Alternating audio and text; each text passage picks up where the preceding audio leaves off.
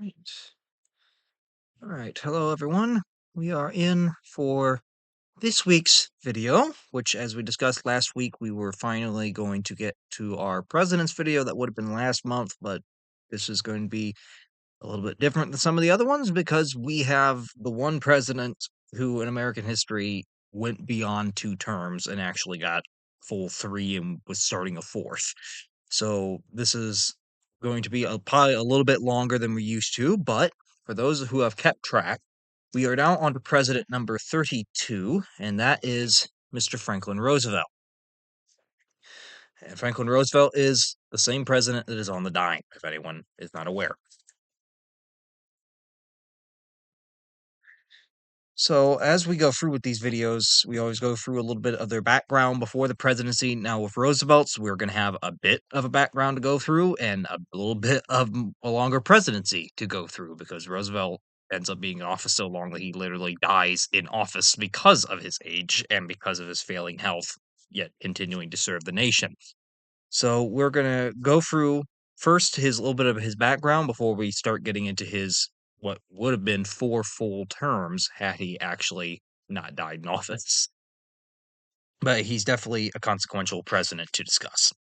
So, start out, we'll go ahead with the background. So, he was born Franklin Delano Roosevelt. He was born on January 30th of 1882 in Hyde Park, New York. Now, what something that often comes up when people hear of the two Roosevelts, they often think, well, Franklin had to be related to Theodore.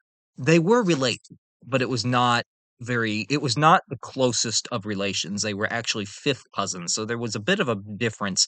There are two distinct branches of the Roosevelt family at that time, and I think that even persist up to this day. And that was you had the Roosevelts that settled in Oyster Bay, New York, which is where Theodore came from, and then you had the Roosevelt branch of the Roosevelt family that ended up settling around Hyde Park, New York, which is a little bit further away in an entirely different area. They are related, but they're two different familial branches that branch off. And Franklin is from the Hyde Park ones, where Theodore had been from the Oyster Bay ones. Now, he was born, as we mentioned, he was born 1882 in Hyde Park, and he was the only son of wealthy businessman James Roosevelt and his second wife, Sarah Ann Delano, which gave Franklin his middle name. Now, growing up, Franklin received an astounding education, partly due to the factor that he was an only child of a wealthy businessman.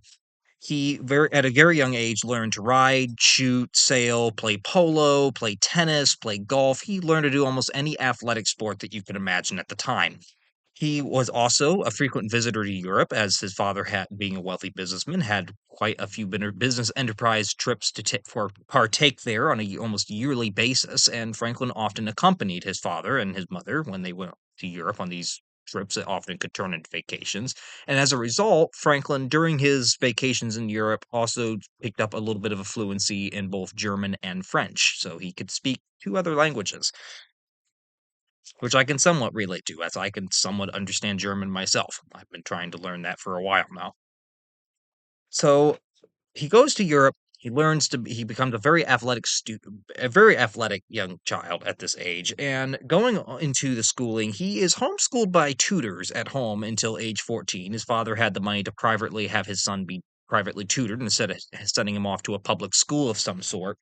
And at the age of 14, they ended up sending him off to a school in Massachusetts, a very well known school, an Episcopal school known as the Groton School. And Groton was a very prestigious school up in Massachusetts at that time. It was a Christian school at its roots. And it is Groton that is kind of credited with somewhat instilling some of the values that Franklin kind of held throughout the rest of his life that he would carry into the presidency with him. Most notably, that was instilled on him by Groton School's headmaster at the time, a man by the name of Endicott Peabody. And Headmaster Peabody commonly tried to instill in his students. He tried to preach the duty of of what it was, the duty of a Christian to help those less fortunate and those less those who are not so privileged as you might be, those who don't have everything that you have, to constantly help them out and to constantly be there to, aid them in their time of need. That was something he preached to his students. He also urged his students at Groton School to go into public service if they could, and that was something that Roosevelt did carry with him. A strive to go into public service and a strive to try to help those that were, less fortunate than he was. which, thinking of how he handled the Great Depression, probably had a good deal to do with that. Franklin, after attending Groton, would eventually attend Harvard University, the very prestigious Harvard University, as we all know, where he would end up graduating in 1903. That's In 1900, however, at the age of 18, he ended up suffering a little bit of personal tragedy at the time, as his father ended up dying that year, which left him quite distressed. But he very quickly was able to find a new male role model for his life, and that came in the form of his fifth cousin, Teddy. And Teddy, just a year later, in 1901, ends up assuming the presidency after William McKinley's assassination. He had been vice president before, and Theodore, while they're not especially close, they are related. And Franklin, at this young age, he's just turned into an adult. His father just passed. He's looking for a role model. His cousin is the role model he's looking for. He exhibits leadership. He puts a progressive drive to, change things, reform things, get them better. That is something that he sees as something that he wants to be. And he puts a little bit of a role model role on Teddy, being that they're distant cousins. Now, while he was at Harvard, Roosevelt would also fall in love with his distant cousin, which happened to also be Theodore's niece, Eleanor, Anna Eleanor Roosevelt, or we commonly know her as Eleanor. Yes, they were actually cousins. So, I mean, that was not all that uncommon back then. Nowadays, that might be a little bit more questionable. But back then, that was actually not all that uncommon for distant cousins to somehow get married. And they ended up courting for a while, or dating in today's terms, and they ended up marrying in 1905, shortly after Roosevelt graduated from Harvard. And President Roosevelt himself, Theodore Roosevelt, who was president at the time, he actually attended the wedding, since Eleanor's father actually had been, I believe he was dead at the time. He was either dead or he just couldn't attend. I believe he was dead. And in her place, to walk her down the aisle, President Roosevelt, her uncle, ended up actually walking her down the aisle to present her to the groom. Eleanor and Franklin would end up having five children that survived into adulthood. They would have Anna, who would be their only daughter. They had James, Elliot, Franklin Delano Roosevelt Jr., and John. They did have another child, another first child named Franklin, that had actually ended up dying as an infant in 1909, and thus he didn't make it to adulthood. So going through with just a few pictures here before we go too far into this, because we got some images here. So this is a picture from 1893. This would be Roosevelt at about the age of 11 as a young schoolboy.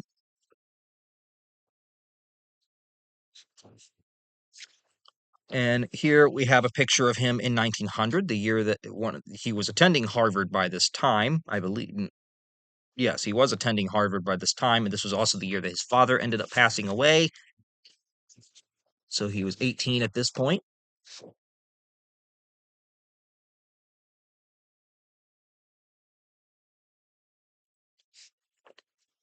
And then here we have an image of him and Eleanor. This is 2 years after they had gotten married. This is 1907, with their two eldest children that they already have at this point, Anna, and then they have, I believe it would be James, is the boy. I believe James was the eldest of the sons. So this was 1907, 2 years after they got married, with their daughter Anna and their son James.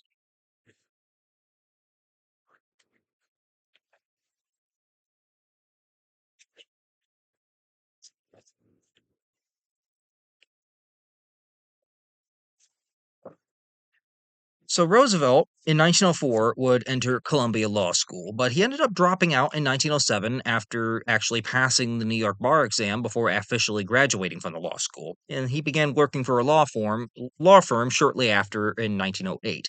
However, Roosevelt would only spend about 2 years in law. He later would admit that law was just not his thing. He didn't care for it. He didn't find pleasure in it. He didn't really enjoy the work that he was doing. So after only 2 years of working for a law firm in 1910, he ends up leaving the law practice and ends up deciding, I'm going to go into politics. I'm going into public service. That is where I think I can make a difference. And in 1910, he goes into politics as a Democrat. His father had been a Democrat, which kind of influenced Roosevelt a bit, even though his, distant cousin Teddy had been a Republican. And he ends up winning election to the New York State Senate that year in 1910 as a Democrat in a Republican county, nonetheless. This was the county that he got in, I believe it was Dutchess County in New York, was a very pro-Republican county in terms of its electorate, and they ended up actually electing Roosevelt, who was a Democrat, which seemed like, how does that happen? But it does happen every once in a while. And that kind of maybe showed a little bit of his political skill in terms of campaigning and getting his message out there, that he was able to win even in a county where it didn't look like a candidate from his party could win. Just 3 years later, in 1913, when President Wilson came into office, he actually would name Roosevelt as Assistant Secretary of the Navy as a member of his presidential cabinet. And Roosevelt would hold this post until 1920, in which he would, during the course of the United States being involved in World War I during Wilson's second term from 1917 to 1918, Roosevelt did have a habit of traveling to the different naval bases and battlefields during World War I as Assistant Secretary of the Navy in that post. In 1920, he was actually nominated as the vice presidential candidate with Ohio Governor James Cox on the Democratic presidential ticket for the 1920 presidential election. And unfortunately for them, as we've discussed in the past, Cox did not win that year. He ended up losing to fellow Ohioan Warren G. Harding out of Marion. And thus, Roosevelt, although he had been a vice presidential candidate, it definitely raised his national profile. He had gone from being a New York State senator, he had gone to being Assistant Secretary of the Navy, and now he had been on a big major political party presidential ticket. Even though it had lost, but it raised his profile immensely. So he's a political star on the rise in the Democratic Party by 1920. And this is a picture of him in 1913 in his role as Assistant Secretary of the Navy. That'd be a picture of him shortly after his appointment.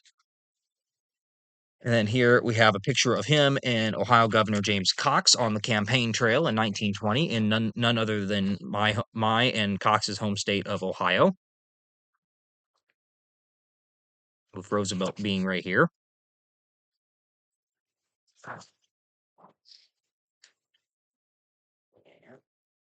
I am going to get that done here. Quick. So then we have here, so in 1920, he loses the presidential election. And in 1921, however, Roosevelt, despite being this rising star in the Democratic Party, ends up getting a major, major hit in his political aspirations. He ends up getting diagnosed with polio, which is going to become a major factor in Roosevelt's life for pretty much the remainder of his life. And to go along with that, I did not print it off here, but I am going to real quick, because it's only permanent.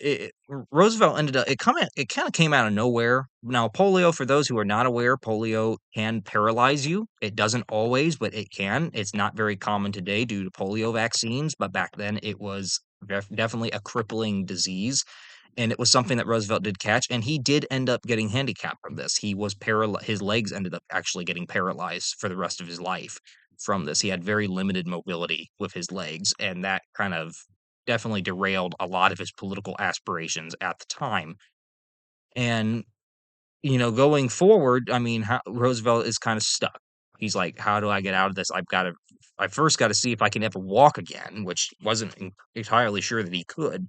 He was only 39 when this happened. He was a very young man when this ended up happening to him. So he would end up removing himself from public life starting in 1921 in order to try to focus on rehabilitating himself and maybe somewhat gaining back his range of mobility from this crippling, bout of polio that he had. He ended up taking on a schedule of trying to swim 3 times a week in the pool that he had on his house grounds in order to try to regain his strength. And by 1922, he did find that he could at least stand upright like a normal person if he used leg braces to kind of keep his legs straight and kind of brace himself. He still couldn't fully walk like a normal person would walk, but he could at least stand up with help.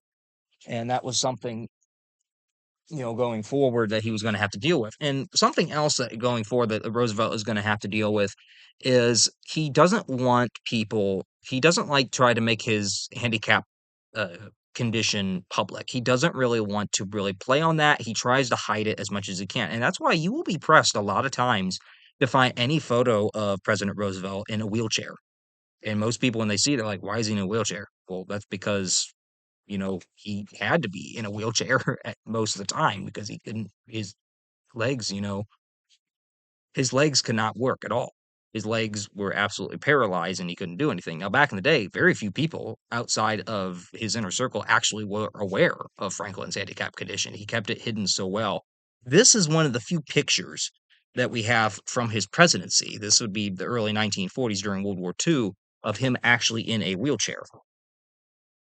He hid this very well. He did not like to talk about his handicap at all, but that even applied to the press. The press very seldom was allowed to even photograph him in a wheelchair because he just did not want to make a big deal out of it. And he kind of, I think, in a way, he felt embarrassed by it as well, or that the proposition that it could make you look weak. And I don't know if that was a reason why he felt that way or what, but this is one of the very few photographs that we actually have of him in a wheelchair. So, yes, he's a handicapped president. That's something that is a little bit unique about him. By 1924, Roosevelt ended up traveling to a resort in Warm Springs, Georgia, hoping that the mineral spring there, that the waters in the spring could actually help to heal him. He would end up actually purchasing the resort with his own money and turned it into a polio rehabilitation center, not just for himself, but for other people who had been diagnosed with polio. With his wife's support, with Eleanor's backing, Roosevelt ended up returning to public life in 1924. He would issue statements on top issues that were of consequence to voters of the day, and he would also keep correspondence with major Democratic Party leaders in order to try to keep in the mainstream of things within the party. Eleanor would actually often travel around New York State for her husband when he was not able to, due to him still trying to go through his rehabilitation to some degree. And she would end up speaking for him across New York State. She even went ahead and organized a women's division of the Democratic Party in her efforts to get more involved in her husband's political career. In 1928, Roosevelt would run for governor of New York at the urging of Democratic presidential candidate that year and former New York governor who was outgoing, Alfred Smith. He was running for president on the 1928 Democratic presidential ticket, and he kind of pointed to Roosevelt. He's like, "I would like you to be my successor. I think that you would stand a good chance at getting the governorship of the state if you run." Franklin was hesitant at first, but ultimately Smith kind of convinced him to do so. He ends up winning the governorship in the 1928 election, despite Smith actually losing his bid for the presidency to Herbert Hoover, and he becomes more liberal as a result. Once the Great Depression begins in 1929, Roosevelt becomes a lot more liberal in his economic policies toward trying to help those who are affected by the Great Depression. And that was something that definitely set him apart from Hoover. Because when we discussed Hoover, Hoover did not believe it was the government's responsibility to aid, the unemployed, to aid those who were financially hammered by the depression. He thought the economy would just right itself, that it was the responsibility of the states. It was not the responsibility of the federal government. Roosevelt took a very different turn. He thought it was the government's role to actually intervene and help its citizens in times of economic trouble. And as governor of New York, he was in charge of the state of New York's government. He could make sure that he actually implemented policies in New York that would benefit those that were being affected by the depression. One of the major one of the major programs that Roosevelt ended up setting up during his time as New York governor was actually the Temporary Emergency Relief Administration, or TERA, is the acronym that we often use for it. And it was to help find jobs for the unemployed. By 1932, by the time Roosevelt ran for the presidency, 1 out of 10 families in New York was being helped by TERA and trying to find them jobs for families that had massive unemployment. Roosevelt would actually end up getting reelected as New York governor in 1930. And this is a picture of him from his time as governor of New York with former governor Al Smith, who had kind of convinced him to run in the first place.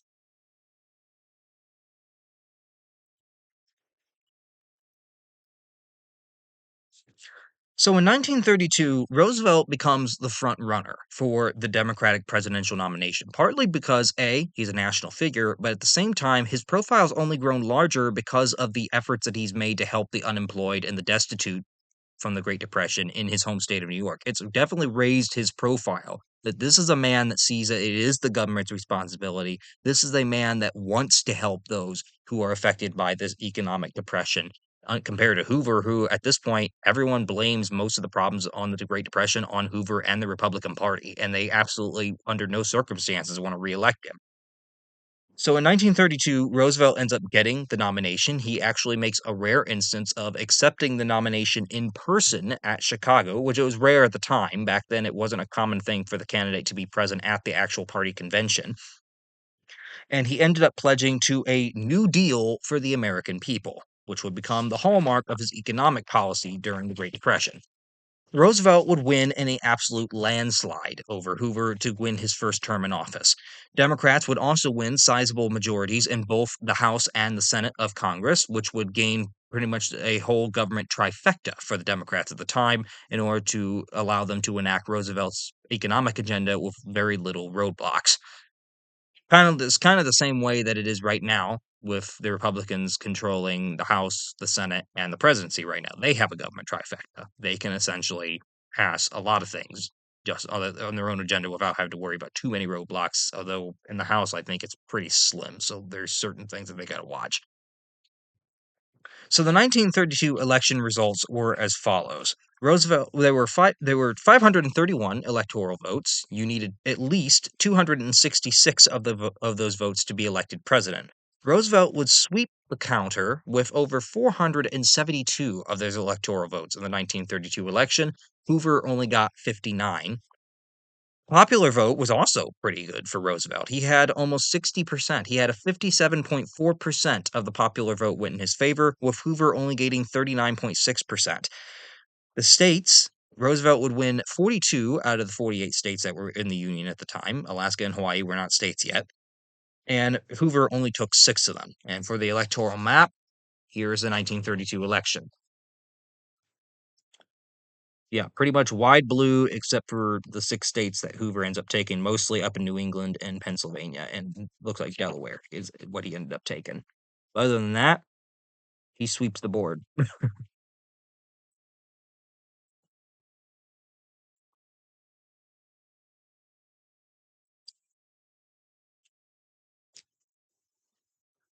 So, going into Roosevelt's first term here. So, Roosevelt was inaugurated for his first term on March 4th of 1933. Very shortly after that, it would end up changing. He would not any of his future terms, he would actually be inaugurated on January 20th, like modern day presidents, because of that date getting changed. So, let me make sure I have the right amendment here. Because the amendments can sometimes be tricky.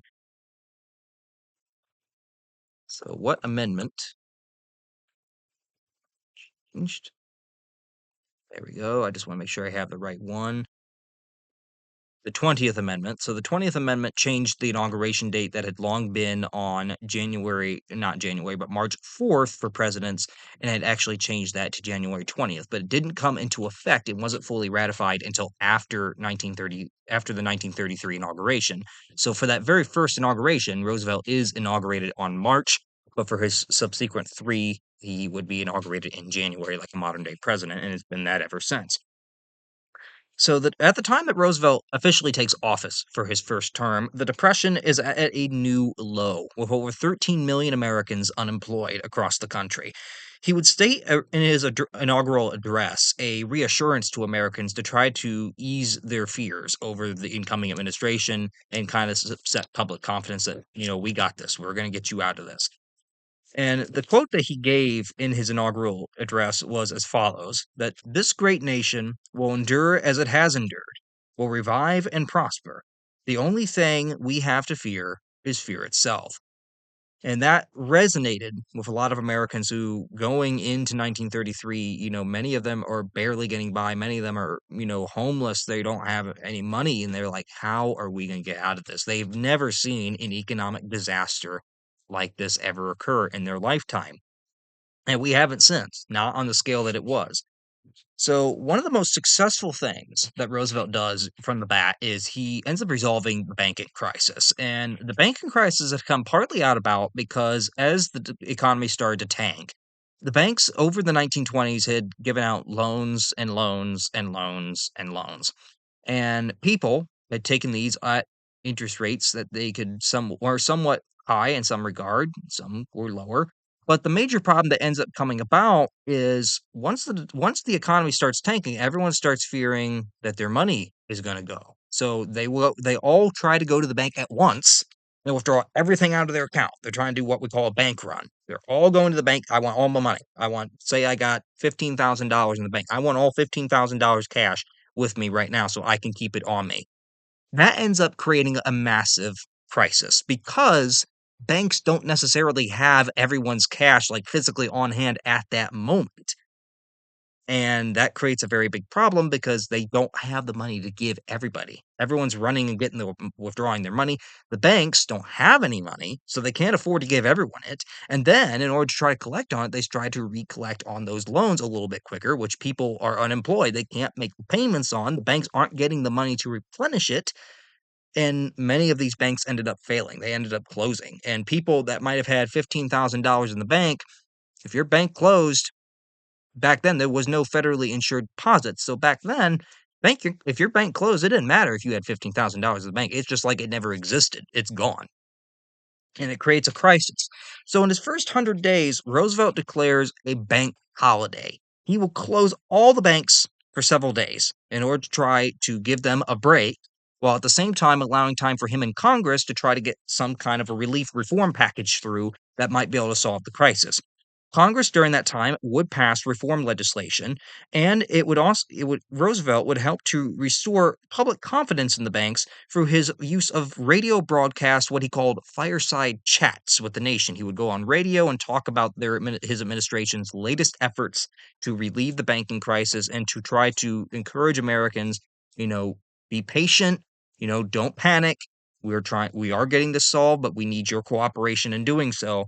And audiences at this time, Roosevelt on his fireside chats was consistently getting audiences of over 60 million listeners on these fireside chats, trying to reassure them that the government was trying to help them out. A week after the Emergency Banking Relief Act, 3 out of 4 banks were open within a week after that act being enacted. And Roosevelt, within his first 100 days, ends up solving the banking crisis. Public confidence in the banks is slowly being restored, and the banks are now got a relief package through that is helping them to stay funded and allow them to stay open. More programs that Roosevelt would implement in his first 100 days would be essential to what became known as his New Deal program, a new deal for the American people as he had pledged when accepting the Democratic nomination in 1938. And these programs that he put through were aimed at primarily providing both economic relief and putting Americans back to work and getting them back on the job on a payroll with cash in their hand, being able to pay their bills, provide for their family, and actually afford the cost of living. Among these many programs that he would end up putting through for the purpose of economic relief and everything else, he would put through and they all have acronyms. They're all a little weird. We'll go through the names here first as well. So we had the AAA, which stood for the Agricultural Adjustment Administration to help farmers out. We had the PWA, which was the Public Works Administration, which was putting people to work. And the last 3 of these really were mostly like creating jobs. The CCC, which was the Civilian Conservation Corps, and then we had the TVA, the Tennessee Valley Authority along the Tennessee River, that provided a lot of jobs along there, providing dams and other stuff. Roosevelt would also initiate multiple reforms of the nation's financial system in order to resolve the Great Depression that was going on. One of the two most notable programs that he would end up putting through in that, well, he had some more here, but out of his initial New Deal that came out, 2 of the more notable financial ones that come out are the Federal Deposit Insurance Corporation, or the FDIC, which is to protect depositors' accounts. Basically, the government guaranteeing that a certain amount of money that you have in the bank, if the bank goes under, it's federally insured. So even if your bank goes under, like was happening during the banking crisis, you can go to the federal government and we will give you a certain percentage of what you had in the bank at that time. So your deposits that you have in your bank account are insured up to a certain amount that you have some money if the bank goes under. They would also establish the Securities and Exchange Commission, or the SEC, which was aiming to regulate the stock market and prevent a repeat of the same abuses that had led to the Depression in the first place by leading to the stock market crash in 1929 that had kind of kickstarted the whole thing. So there's going to be greater government oversight on the trading on the stock market to try to prevent another crash like the on the scale of the one that has launched us into this mess from occurring again. In 1935, Roosevelt was seeing quite a bit of success with his first round of New Deal package legislation, and he ended up trying to urge Congress to pass more reforms as part of a second New Deal. And the most notable two acts that would come out of the second New Deal were a couple things here. Most notably, in one that has persisted to this day, just like the FDIC and the SEC, Social Security. Social Security comes up as a consequence of the second New Deal, and it's still around today. Now, its future is debated, but there are a lot of senior Americans who rely on retired Americans who rely on Social Security. And the Social Security Act would provide Americans with unemployment, disability, and pensions for old age for the first time in American history. It would also create, well, not through this act, but these were two of the other acts that ended up coming through. They would also create the WPA, the Works Progress Administration, another jobs creation program. And they would also seek to raise taxes on large corporations and the wealthy in order to make the rich pay more than the poor. I'm sorry, but today, rich people are not taxed enough. They need to be taxed more than a middle class worker does or a blue collar worker. And it's absolutely ridiculous that there are people in this country that absolutely do not understand that concept. Because, mind you, after World War II, we had an economic boom in this country. Until the 1970s, the rich were getting taxed quite a bit. And I'll believe it, we had a pretty good economy going in the 1950s and 1960s. But after we start slacking on it, that's when everything starts going downhill. But that's a debate entirely for, of course, another time. And notice one thing here, I do want to point this out. Out of all, Roosevelt is in the middle of an economic depression. Now, I'm not saying his policies were 100% foolproof. They had their flaws. They didn't work 100%. I mean, the economy didn't fully recover until World War II. So we can't say that the New Deal fully got America out of the Great Depression, but they did help. They helped, is my point. And I want to make this point right now because I made it with Herbert Hoover and I'm making it right now, but I'm not going to go into depth as I did with the last one.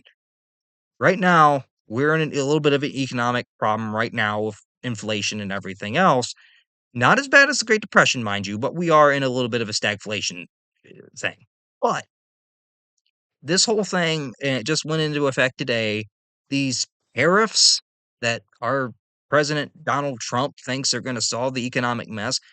This was the worst economic crisis that the country has ever faced. If tariffs truly worked, don't you think that FDR would have been putting tariffs in place if they truly worked the way that the president thinks that they do? And he didn't do it because I remind you, 1930, during Hoover's presidency, he put the Smoot-Hawley tariff in. That ended up ballooning prices beyond any shadow of a doubt because, as is already happening today, as I noticed this morning, we have countries already retaliating against us by putting in retaliatory tariffs of their own. That's exactly what happened in 1930 that caused prices to go up with an endless trade war. Roosevelt, if they were that effective, why wouldn't have he done it during the worst economic crisis this country ever saw? Because they don't work. They don't work. There is no way a tariff has ever worked. Someone even made the other day, we've had like three big times that we really thought tariffs were going to work, and each time it led to an economic slump. Each time. Well, about 100 years between each one. So you just taking that into account. I mean, you can try to argue it with me until the day you're blue, but tariffs, they do not work. They do not work the way that they're saying right now that they're going to work. And I'm telling people right now, if they don't back off, we're going to be going into recession before we know it. I mean, there's already multiple investment groups that are already saying that. So just be prepared for that. It makes no logical sense. None. There's no logicality to it. So just wanted to make that point. So here we have an image of Roosevelt in 1935 of him actually signing the Social Security Act that would become a landmark piece of his New Deal legislation.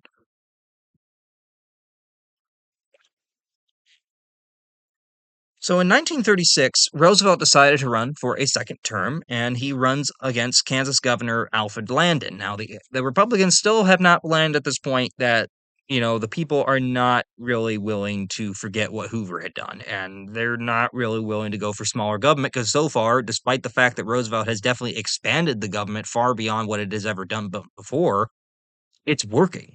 The economic crisis is getting better. It's not entirely out of the woods, but it is improving.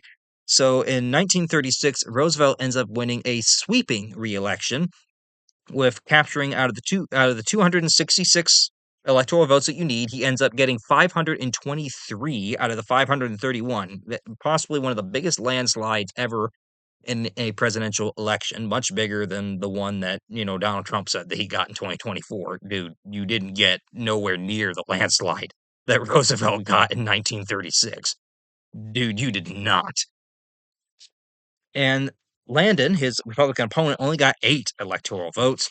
The popular vote was a little better this time for Roosevelt. He actually got a clear 60.8%, and Landon only got 36.5, with Roosevelt taking 46 out of the 48 states. Landon only managed to capture Vermont and Maine. This is the electoral map from the 1936 election. That is a big landslide. Big win for a second term. So Roosevelt in 1937, upon starting his second term, he ended up facing some opposition from the Supreme Court, and this is definitely one of the aspects of Franklin's presidency that does come a little bit into some actual what would be the word here, criticism. And he faces opposition from the Supreme Court, who is starting to question whether or not some of his New Deal programs are actually constitutional. Because mind you, the government has never, up until this point of Roosevelt's presidency, taken on the responsibility of caring for the American people and providing all these programs that it is right now at this point. It has never done this before, and there is questions. There is legitimate questions that come up. Is this even constitutional? Is this the responsibility of the government? Can Roosevelt do all this on his own? Which, mind you, he had Congress to actually help him. It wasn't like he was doing it completely on his own.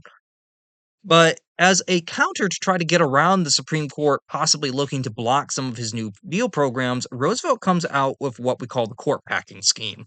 He proposes expanding the Supreme Court in order to allow him to appoint one new justice for every sitting one that is age 70 or over. Basically, pack the court with more justices that he could make sure were, willing to enforce his New Deal legislation and weren't going to block it. Basically, pack the court so they can't block my stuff. Congress ended up rejecting that scheme, and it did hurt Roosevelt politically a little bit in the midterms because in 1938, Republicans would actually make some gains in the midterms, and it was possibly one of the biggest political setbacks that Roosevelt ever actually faced himself. The court would actually later reverse course regardless and ended up actually upholding acts like Social Security and some of the other ones that Roosevelt had put through as part of the New Deal. So he kind of overreacted, but it did hurt him, and it did hurt Democrats in the 1938 midterm. In 1937, labor unrest and economic downturns would also hurt Roosevelt's approval ratings, and that would also contribute further to the Republican gains in the midterms in 1938, which would also lead to Republicans forming an alliance with conservative Democrats who were somewhat antsy about Roosevelt's far stretching reforms, and this would allow them to block any further reforms from that point forward going into the rest of his second term. However, by 1938, going into 1939, Roosevelt is slowly starting to get his attention pulled away from domestic affairs to what is going on outside the United States borders, leading us into the deadliest conflict that not just this nation, but that the world has ever known in human history, World War II. So, for anyone that needs a refresher, and I don't know if we really do, but we're going to go through nonetheless.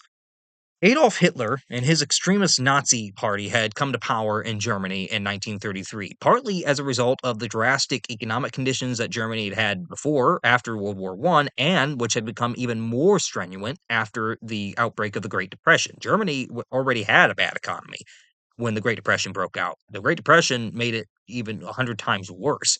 And the resentment the German people felt and the strive to want to get back to, being just able to afford life, they were willing to endorse almost anything. And they took Hitler at his word when he said that he would restore Germany to its greatness. They didn't realize what that meant. Of course, as we all know, Hitler ended up turning Germany into a dictatorship, and he also would persecute Jews and other undesirables, ultimately leading into the Holocaust, which at some point we should probably discuss that in full length. I don't think we've ever fully discussed the Holocaust in a separate video, which needs to be discussed. So, Hitler, during the 1930s, he's becoming ever more aggressive, trying to expand Germany's borders to what he claims is rightful German territory that had been taken away after the First World War. In other countries, there's trouble as well. Italy was in league with Germany with its fascist dictator Benito Mussolini, and they were becoming quite aggressive in and around their colonies in Africa. And perhaps the even more pressing threat for the United States at that time, which is largely seeing Europe as Europe's problem, is Japan. Japan had become far more militaristic after World War One. It had kind of become a lot more aggressive, and in the early 1930s, it launched a war into China, which then became a full-scale invasion of China in 1937. And expanding Japanese power in Asia is seen as a threat to American interests and American interests there and to territories it has there, such as the Philippines. So Roosevelt recognized very early on the dangers that these totalitarian regimes were posing to world peace, and he very early on realizes that if they are not stopped, it's going to be another global war, and we will not be able to stay out of it. Unfortunately for him, he's kind of alone in these sentiments. The United States has been isolationist since the end of World War One. It doesn't want to get involved in world affairs, and a majority of the American public is against getting involved in any wars in Europe or in Asia or anything else. They like to see it as the rest of the world's problem. So Roosevelt's kind of limited on what he can do. Now, when World War II broke out with Hitler's invasion of Poland in September of 1939, Roosevelt would end up calling a special session of Congress. He hoped that he could revise American neutrality acts in order to better aid Britain and France and try to get them help during this crisis. However, Congress was still majority isolationist. They weren't really all for going in to help Britain and France because they're like, this is a European war. This is their problem. This is not our problem. Roosevelt also voiced his concern that he wanted to allow Britain and France and the other allied countries to purchase weapons from the United States on a cash and carry basis. Basically, you know, get them now and pay us back later. Congress would eventually allow Roosevelt to provide material aid and military supplies to Great Britain after France ended up falling to the Germans in June of 1940. Now, arguing that the dire state of world affairs was necessitating his continued leadership, Roosevelt would break the tradition of George Washington and strive for a third term. Now, he's not the first president to go for a third term. There had been other presidents that tried, most notably his own cousin had tried for a third term in 1912 but ended up failing. However, what sets him apart from all of them is Roosevelt actually gets it. He is the only president in American history to serve more than two terms. Because at this time, and I'm going to make sure I have the right amendment. I just want to make sure. At this time, we don't have the amendment in place that limits a president to two terms, and which was the 22nd Amendment. The 22nd Amendment, we don't have that at that point that is limiting the president to the two terms that we now have. That was not put in place until 1951, well after Roosevelt had died and his presidency was done, partly as a result of his four-term presidency. So in 1940, Roosevelt decides because of the drastic, condition of things in the world, I think I need to still be president. I have, over almost a decade of leadership at this point. It would be kind of folly to change the heads now when we're in a time of uncertainty. So in 1940, he runs for an unprecedented third term, and despite the controversy that he faced from both the Republicans and his own party, he ends up winning re-election by defeating Wendell L. Willkie. In 1940, the election results were as followed.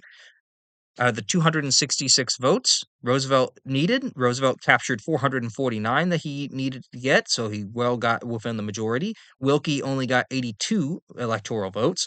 The popular vote was a little lower this time for Roosevelt. He only got 54.7%, while Willkie captured 44.8%. And Roosevelt only captured 38 states compared to Willkie getting 10. So it's still a strong showing of support for Roosevelt, but he is starting to lose his grip on certain areas in 1940. So this is the 1940 electoral map. So Roosevelt has now officially won a third term.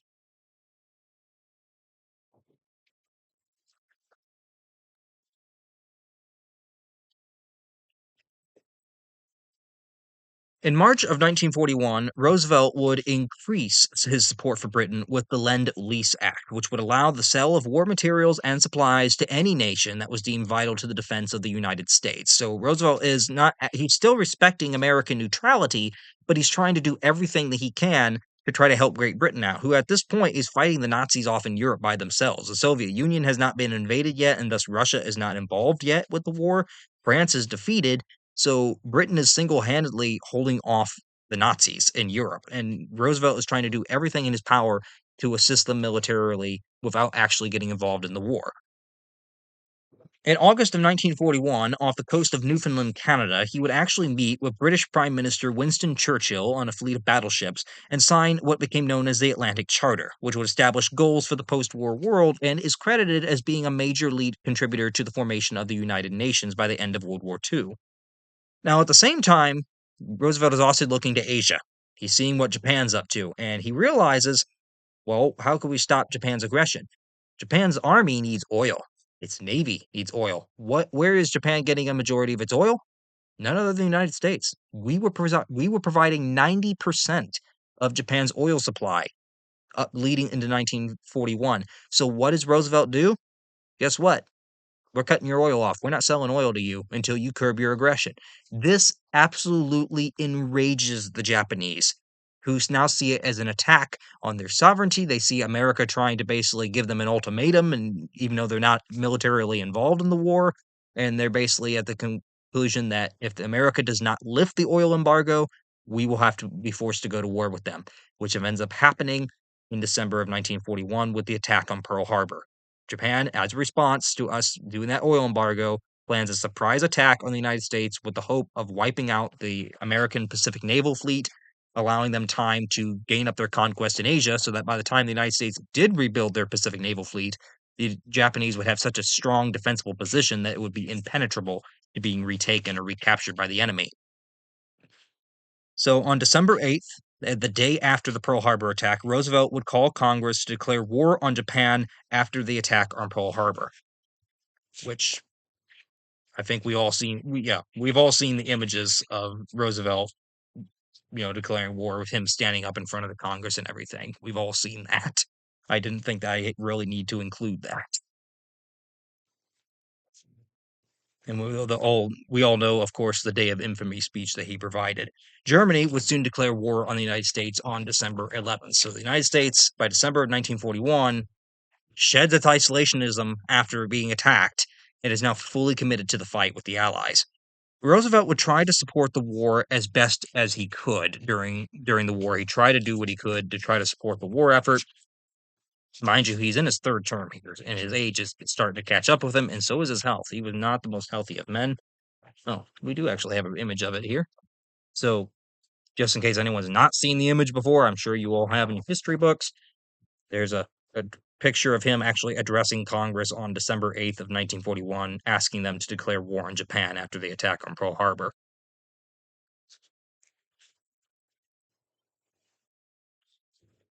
Now, Roosevelt, as we mentioned, he tried to support the war effort as best as he could here at home. He would speak constantly on radio in order to try to keep Americans informed about the current American war effort and to try to rally them for war.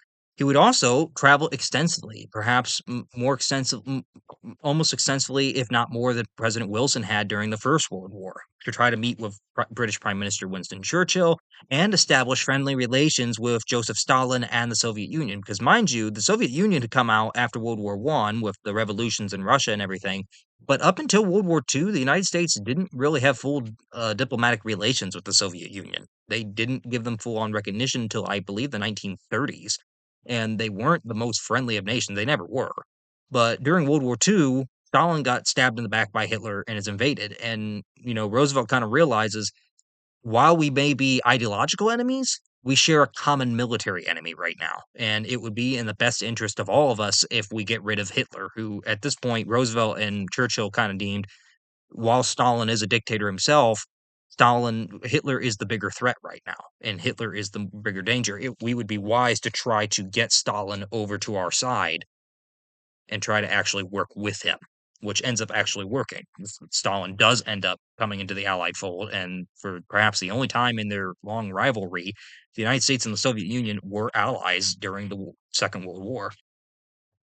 In 1944, Roosevelt would run for an unprecedented fourth term to see the war. What he said he wanted to see the war through. It was coming to a close at that point. The tide had turned in favor of the Allies. The Axis powers are on a losing streak, but Roosevelt's health is starting to fail, and there is concern at the Democratic National Convention that Roosevelt will not live complete a fourth term. So there is concern over who do we pick as vice president. So they end up picking Harry Truman, a new guy, as vice president, as they did not like the idea of the current Henry Wallace having been vice president. So they end up picking him a new vice presidential running mate out of the concern that Roosevelt may not complete a fourth term because of his failing health, which is not doing him very well.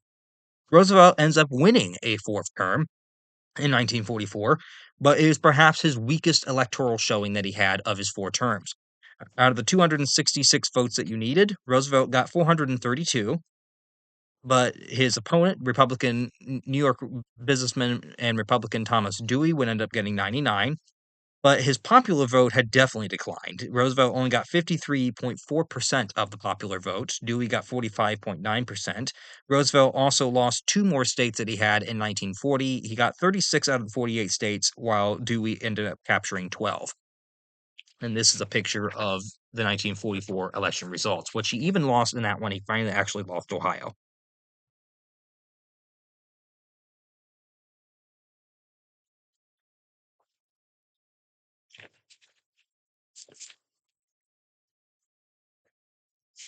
Here we have a picture of Roosevelt meeting with Winston Churchill in August of 1941 when they ended up off the coast of Newfoundland when they signed the Atlantic Charter.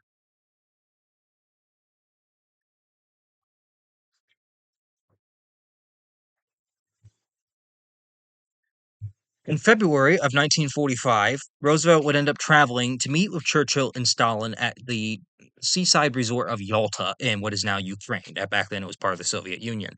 They ended up getting Stalin to commit to enter the war against Japan once Germany had actually surrendered, which at that point it was going to be a matter of months, if not weeks, until Germany ended up surrendering. Germany was absolutely going to be defeated within a month or two, which it was by May.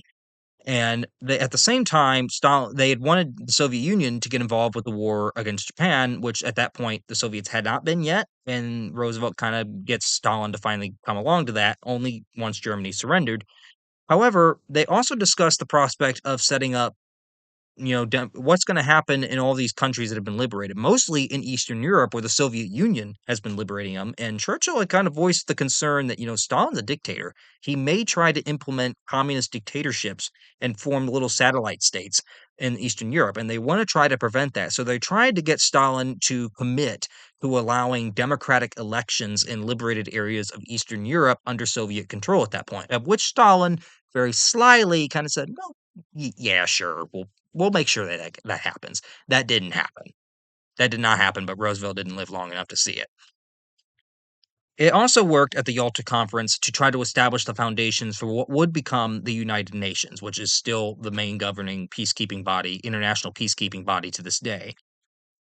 After Roosevelt returned home from Yalta, his health was already in drastic decline, and he didn't feel all that well. So, upon returning home, he actually addressed Congress while sitting for the first time, which was a definite change of departure and kind of showed, his health was declining to the American public. He would end up leaving Washington for Warm Springs in early April to try to go down there and, the warm weather would do him good.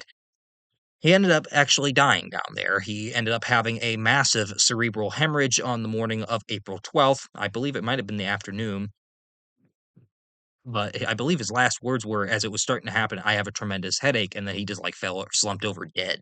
It was a massive cerebral hemorrhage to his brain that ended up killing him on April 12th. And thus, upon his death, he had just started a fourth term. His vice president is now going to become president. He had largely seen the United States through World War II. Germany would surrender within about 2 or 3 weeks, but it would be his successor, Harry Truman, who would actually have to oversee the end of the war, especially with Japan, which we'll discuss when we get to him in the next one. So for the final images here that we have a picture of the big three. Roosevelt, Churchill, and Stalin at the Yalta Conference in February 1945, which Stalin is definitely going to become our enemy after the war. And then here we have an image. This is the last picture ever taken of Roosevelt. This was literally taken April 11th of 1945. So this is the day before he died at Warm Springs. And you can kind of just see it in his face. He doesn't look the best of health. He looks ragged. He kind of looks like he's worn out, like he's fatigued and tired. He don't look like he's in the best of health. And then for the final image, we have a picture. This is them carrying his funeral casket through Washington for his funeral procession. Which for a lot of Americans, they cry. I mean, it was quite dramatic. You've seen a lot of Americans crying at the funeral because Roosevelt, for a lot of Americans, he'd been the only president they'd ever known. He'd served the country he'd been president for, well, going on, let's see here, he had been going on 12 years at that point. Over 12 years he had been president. For a lot of Americans who may have been born in that time frame, or grew up and actually could remember things within that time frame, he was the only president they'd ever known. He'd become almost like a member of their family. It was just a fact of life, and, his death did grieve a lot of people. So that is all on Franklin Roosevelt. So definitely one of our most significant presidents that we've had. He has programs that are still in place today. The world order that comes about from his efforts in World War II is still somewhat in place, and definitely one of the I'd say in the top 10, I wouldn't say top 5, top 10 of our greatest presidents. I mean, he's definitely up there. I mean, say what you want about, how effective some of his programs are, say what you want about his court packing scheme, and I will add another not so shining light during World War II, his decision to actually put Japanese Americans, simply due to their ancestry, in concentration camps just because he thought they couldn't be trusted. That was definitely a misstep, which officially I believe Congress apologized in 1988 for, but that was partly Roosevelt's idea, and that was definitely not one of his shining moments. That was definitely a mess up on his part. But I would say in terms of general overall what he accomplished, definitely one of the better half, we'll say, of our presidents going forward, and a key to understanding, the modern world that took shape afterward. So that concludes for President Franklin Roosevelt. So if anyone has any questions, any comments, any, added information or whatever, or any suggestions, feel free to put that in the comment section in the video, and I will be more than happy to go through them when I can. I don't know exactly what topic we're hitting next week. I got a couple of ideas, but not fully certain. So the suggestions always warranted if anyone wants to put them in. So hopefully everyone has a good remainder of their week going forward, and we'll see you all back here next week for whatever video comes out next.